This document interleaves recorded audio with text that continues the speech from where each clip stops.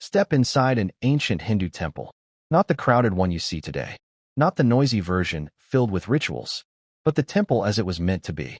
Stone walls, low light, silence, and something strange happens. Your thoughts begin to slow down. Not because someone tells you to pray, not because you believe in a god, but because the space itself is doing something to your mind. Ancient Hindu temples were never just places of worship. They were machines. Machines designed to change human consciousness. And once you understand how, you will never see temples the same way again. Let's start with an uncomfortable question.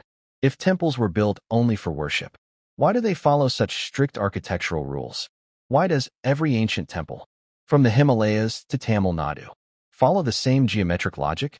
Why the same dark inner chamber? Why the same narrow pathways? Why the same sounds, bells, echoes, and silence? No other religious structure on earth is built this way. Not churches, not mosques, not synagogues.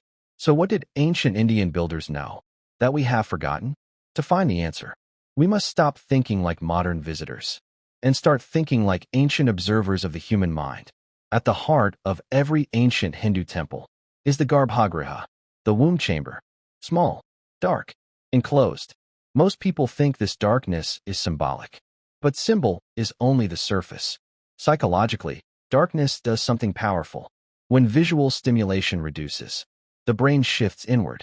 Modern neuroscience confirms this. Less light equals less external processing. Less processing equals reduced mental noise. Now add something else. The Garbhagriha is isolated from sound.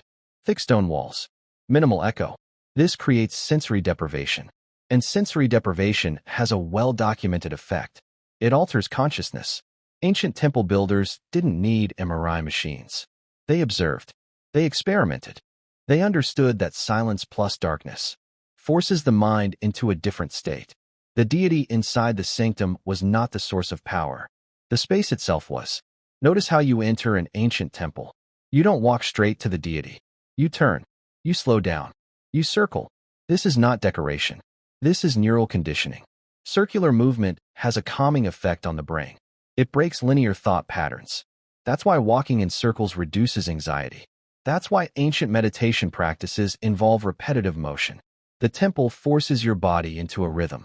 And when the body enters rhythm, the mind follows. Even your posture changes. You bow. You lower your head. Your spine aligns.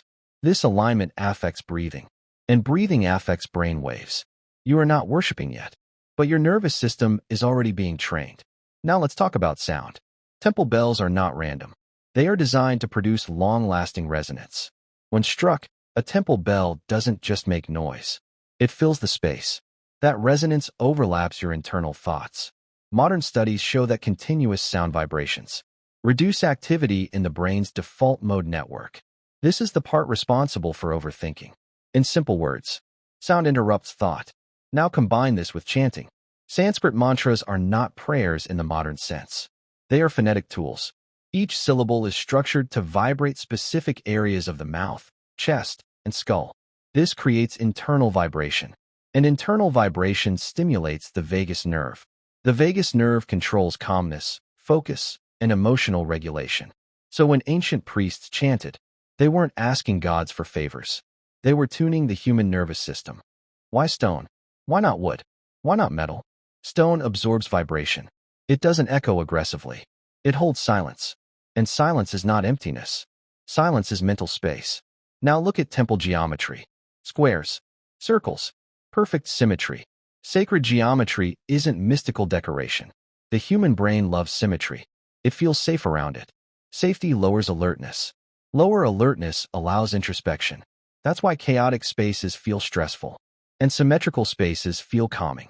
Ancient architects were designing psychological environments, not monuments. They were shaping how you feel, without saying a single word. Here is the most shocking truth.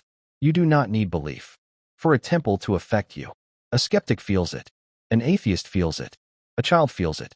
Because the mechanism is biological, not religious. Ancient Hindu culture never demanded blind faith. It focused on experience.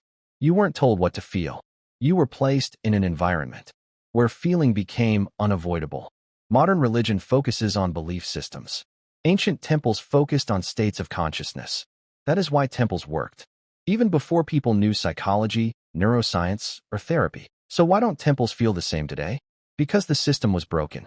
Noise replaced silence. Crowds replaced isolation. Ritual replaced experience. The temple became a social space, not a consciousness space. The science faded. The habit remained. And slowly, we forgot why these structures existed. Not for gods, but for humans. Ancient Hindu temples were not trying to convince you of anything. They were trying to change you. Without force, without belief, without explanation. They understood something modern civilization is only rediscovering. That the mind can be shaped by space, by sound, by silence. And maybe the greatest mystery isn't how temples were built, but why we stopped understanding them. Stone remembers what humans forget. These temples still do what they were designed to do. The only question is, are we still capable of entering them the way our ancestors once did?